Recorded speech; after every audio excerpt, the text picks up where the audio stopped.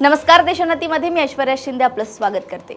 सध्या कृत्रिम बुद्धिमत्ता तंत्रज्ञानाचा मुक्त वापर होतोय। शाळा महाविद्यालयातील तरुणांपासून ते सरकारी कर्मचाऱ्यांपर्यंत त्याचा वापर वाढलाय।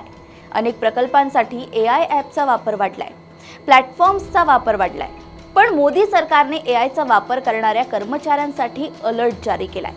वित्त मंत्रालयाने सरकारी कार्यालयातील लॅपटॉप, PC अथवा शासकीय इलेक्ट्रॉनिक गॅजेट्समध्ये कोणत्याही AI ॲपचा वापर न करण्याचे निर्देश दिले आहेत। त्यामुळे गोपनीय माहिती आणि डाटा चोरीचा धोका असल्याचे मोदी सरकारने स्पष्ट केले आहे। सध्या भारतात आणि ही परदेशीचा वापर होतो, तर इतर पण अनेक आहेत। काम सोपे होण्यासाठी त्यांचा वापर होतो, वेळेची बचत होते आणि झटपट काम होते, म्हणून त्यांचा सर्रास वापर होत आहे। पण हे AI ॲप पहिल्यांदा वापर करताना डेटा परवानगी घेतात। त्यांना सर्व ॲक्सेस मिळाल्यानंतर संबंधित लॅपटॉप, PC, मोबाईलची हेरगिरी होण्याची भीती असते। त्यामुळे मोदी सरकारने तातडीने हा निर्णय घेतलाय। AI ॲप्स आणि AI चॅटबॉटच्या मदतीने अनेक लोक प्रॉम्प्ट देऊन पत्र, लेख तयार करणे अथवा भाषांतर करतात, तर अनेक सरकारी कर्मचारी या AI ॲपच्या मदतीने सादरीकरण, प्रेझेंटेशन करतात।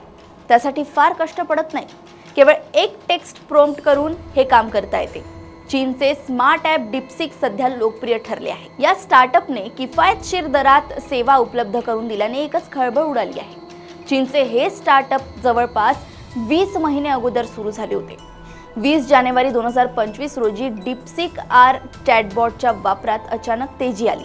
त्याने अनेक AI कंपन्यांची झोप उडवली आहे। अमेरिकेत DeepSeek विरोधात लवकरच मोठी कारवाई पाहायला मिळवण्यास वावगे ठरू नये आणि भारत पण लवकरच आपला AI ॲप आणणार आहे।